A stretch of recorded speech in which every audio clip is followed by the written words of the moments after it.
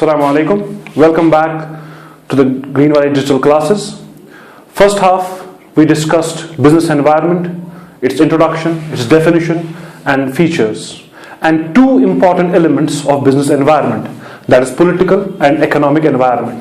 The third element that we will discuss in this video lecture is socio-cultural environment, comprising of two important parts of business environment, that is social environment and cultural environment. So when we say social environment and cultural environment, it all has to do with traditions, myths, stories, aspirations, practices, and they are collectively shared and practiced by the group of individuals. So when we say social environment, we say society and its elements, its values, and all other aspects. When we say culture, it includes traditions, myths, stories, aspirations, practices, values, ethics that are collectively shared and practiced by a group of individuals. For example, in Kashmir, we have a culture of wearing farran in winters, using a kangdi in winters. This is a practice which is collectively shared and practiced by the people of this region, irrespective of whether that person is a Muslim or that person is a non-Muslim. So the society has a collective shared practice and values which they put to practice in everyday life. And when we say social environment, the society means the group of individuals, and the interaction between these groups of individuals create a social environment. So together, socio-cultural environment is very important because it creates taste and preference of consumers. Political environment, economic environment, they have nothing to do as far as taste and preference are considered. But when we talk of socio-cultural environment, it is the values, the traditions, the religion, the language which people are practicing and using and which they collectively share. That creates taste and preference. Only element in the business environment which creates taste and preference of the consumers. For example, we have in Kashmir that the culture here is non-vegetarian on weddings and no alcohol consumption, no pork consumption. So we have non-vegetarian dishes which we consume in our daily lives and in weddings. Alcohol is not to be consumed because it's religiously banned. Then no pork because it is prohibited in the religion. So when a company or when a business firm enters into the restaurant market of India, restaurant industry of Kashmir, if he will not consider the socio-cultural environment, that means he will serve them non-veg, but that non-veg is not halal. So people will not prefer that restaurant. If he will serve alcohol there, people will not prefer that restaurant. If he will serve pork there, they will not prefer this restaurant. So a simple example is there. When we go to a restaurant, if we want to consume non-veg, the first question that we ask, that is non-veg halal or haram? They say, sir, it's haram or no, not halal. So we say, no, thank you so much, we cannot consume it. So our choice is based on our taste and preference, and our taste and preference comes from socio-cultural environment. Because our culture has religion into it, so our every choice of products comes from our religious perspective, or even maybe shared values that we have. Let's say, for example, anyone who will reside in Kashmir, they will say, winters is approaching, I will have to purchase a farran. Here, maybe the religion does not play that vital role, but a common practice is such that we use Pheran, maybe of a different styling, maybe of a different made, but Pheran will be used, Kangdi will be used as part of our cultural fabric in Kashmir. So same happens in other states. So if you go to Saudi Arabia, their socio-cultural environment is predominantly by religious practices. And if a company there opens alcohol or a beverage selling alcoholic drinks, and this will be a disaster there, because nobody will prefer that store because it sells something which goes against the tenets of Islam. Same happened when Walmart entered into Japan and Germany and South Korea. In South Korea, what the problem was is that they were high cultured people and they were pretty much into the projections of how the products are priced. So since Walmart has EDLP, everyday low price strategy, so they offer products at low prices. So when Walmart entered into South Korean market, they thought that this will be successful like in North American states, but it proved to be a disaster, because South Koreans said that why are you offering us at low prices products? Do you consider us to be cheap people with no income, that we would like to have discounts? No, we have our income and we would purchase products at good prices, at high prices. We have the capacity to pay. So they took an offense to it. So it was a disaster for Walmart, which led to the closure of Walmart in South Korean market. And the problem was they were not able to analyze properly the socio-cultural environment. So the biggest thing that it provides us is the taste and preference of the consumers, and it creates a choice among the consumers of which products and services they would like to consume. Then the next is technological environment. One of the most rapidly changing environments of business environment, that is technological environment. It's also called force of creative destruction. Because technology comes from creativeness or innovation, and this innovation can lead to destruction of competitors, of somebody else. If you do not keep up with the technological advancements that are happening around the world, your business will cease to exist. For example, Nokia, a pioneer in small and cell phone area. So they were the company which provided the most durable, most efficient systems of mobile phones that were quality apart. Now, what happened to Nokia? Nokia was running on Symbian system, operating system. And here Google was developing Android, which was capable of performing multiple complex operations like checking your emails, sending text messages, listening to music, PPTs, Word documents, and all these things. And they were integrating it with smartphones. So here the technological advancement was happening, but Nokia was caught unaware of this technological advancement. Maybe it was a choice. They thought Symbian will be the best operating system for their phones. But here people were shifting towards smartphones having Android systems. And the fate had it that Nokia, which was one of the biggest and the leading cell phone manufacturers of the world, had to close down its operations. Now companies like Samsung, companies like Xiaomi, companies like Oppo, companies like Vivo, they are coming up with devices which are very efficient and very cost effective. And now Nokia is nowhere to be found. The only problem was the technological advancement happened in that direction in which Nokia was not able to keep up. Certainly, if a production company is having a production process, a machine which is out of date, it surely cannot keep up with all those other competitors who have advanced and better technology. So those technological advancements, either I have to adapt or I will cease to exist.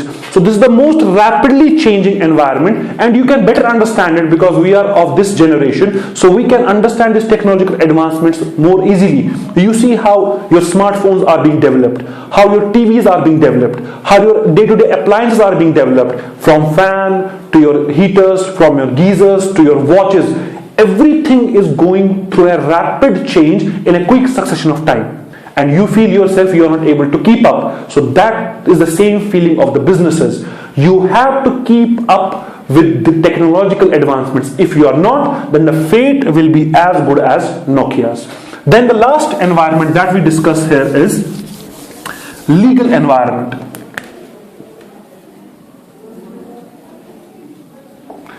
It contains legal system,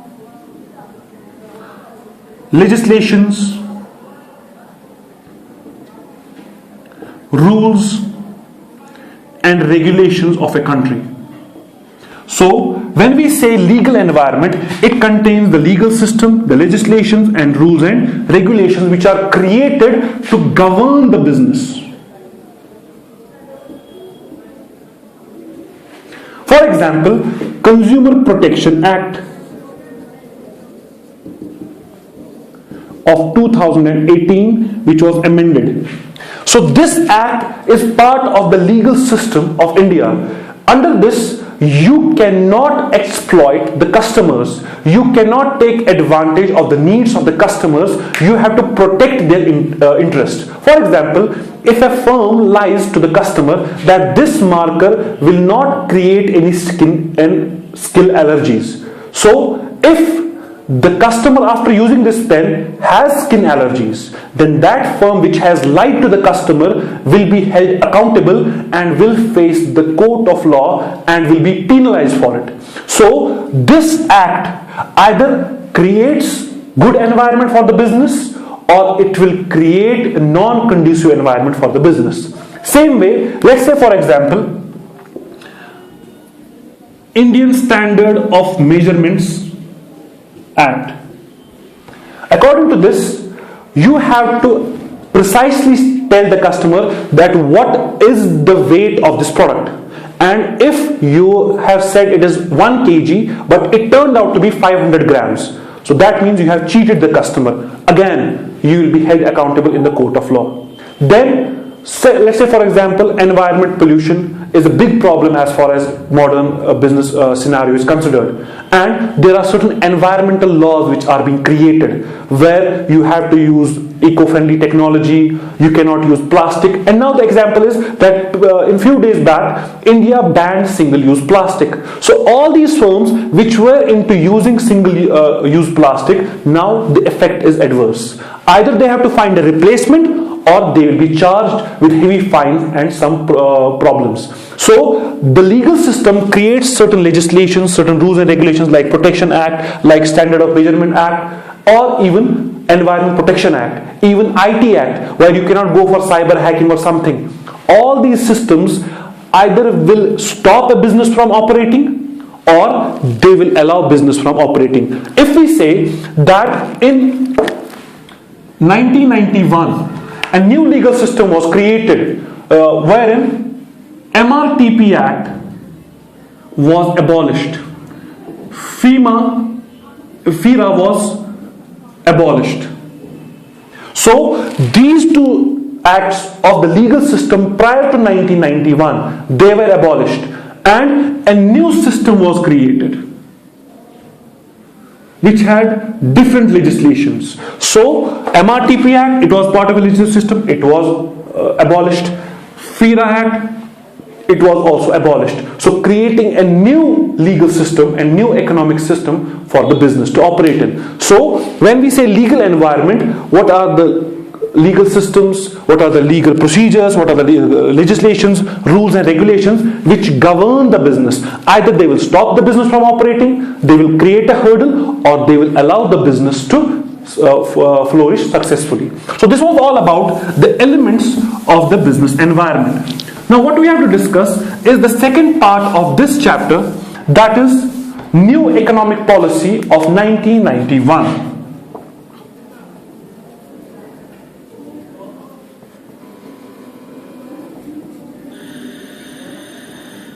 When we say new economic policy of 1991, we have to understand it in the context of 1947 to 1991 and after 1991 to 2019. So 1947, India is freed from the occupation of British Empire, and in 1947, India is divided into two parts, that is India and Pakistan. Resources are divided, human resources is divided, land is divided, industries are divided. So what India does at that time in 1950s is that to protect its businesses, to protect its industries, agriculture, they created MRTP Act. They created licensing system under which government had the full control over the businesses. Private sector was not allowed to flourish.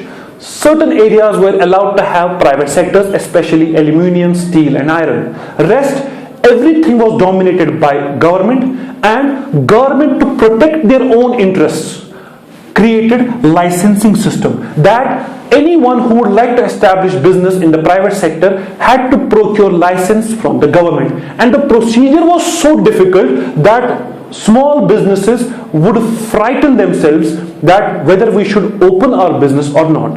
And MRTP Act created monopoly of the government to handle these businesses and to operate these businesses. So this created a very non-conducive environment for the businesses to exist. And if we remember correctly, the GDP at that time was 2.8%, 3.1%, 2.7%. So the GDP did not show any growth. Unemployment was rampant. Poverty was rampant. Imports were high. Exports were negligible. So it brought India on the brink of collapse. And then the Congress government and the Finance Minister Manmohan Singh came up with new economic reforms called as New Economic Policy of 1991, or we can say it was Industrial Policy Resolution of 1991, IPR 1991, where they said no, we have to open up our economy to the rest of the world, and they called it as liberalization. So when we say liberalization, it simply refers to opening up of your borders, reducing the trade barriers and reducing the control of the government on business so that there is a free flow of trade from one country to another. So new economic policy was named as liberalization. And if we define it, it is simply freeing the economy from unwanted control of government. So what you are trying to do, you are trying to reduce the barriers. So if India was operating in a closed system, its neighboring countries could not trade easily with it because there were barriers. And what liberalization said, you should reduce these trade barriers and you should allow trade to happen freely. So liberalization. So you reduce the control of the government, you reduce the barriers, and with this MRTP Act was abolished, FEMA Act was abolished, and licensing system was cancelled. So government said no. If we have to increase our economic growth, if we have to increase our industrial productivity, if we have to take India to the next level of development, liberalization is the key. And they freed the economy. But the thing is, it cannot be done in a single step. Still the liberalization is happening. In 1991, certain industries were freed. Certain regulations were reduced. In 2019, more of industries are freed. More of legislations are created which allow free trade to happen. Bilateral ties are being created between India and Germany, India and Japan, India and Saudi Arabia, India and UAE. More liberalization is created. So liberalization is nothing but a gradual decrease in the barriers of the trade which countries had erected so that they could protect their interests. So liberalization can be divided into two parts: privatization and globalization. So, when we say liberalization, it is freeing up of the economy, and it has two parts. First is privatization, wherein the government controlled businesses, they will disinvest, they will take back their invest and allow private players to invest. So the government ownership is reduced and private ownership is increased. When we say globalization, it is the integration of country's economy with other economies. So if this is one country and these are the neighboring countries, and liberalization reduces these barriers, and what it does, it merges the domestic country with rest of the countries, creating what we say is a global village. Now there is no concept of countries, there are no concept of geographical area. This world becomes a one giant market, and that is only possible when there is globalization, integration, merging of one economy with other, and that only happens when you reduce the trade barriers, when you reduce the walls that you have constructed around your country to protect yourself. The more you reduce these walls, the more this integration happens. The more you liberalize, the more the globalization. So, new economic policy still being practiced in India, and every time you see countries forming laws, countries forming legislations which allow countries to liberalize, exchange goods and services with other countries, do more privatization, increase the role of private sector in economic growth, and also globalization, one country merging with another. Now no country is single country, it is part of some other's country as well. Yes, borders are there, but they are just on papers. Rest, goods can travel, goods can be exchanged freely and far more productively. So that was all for the business environment, and inshallah we will see you in the next lecture. Till that time, have a good day. Fi aman Allah.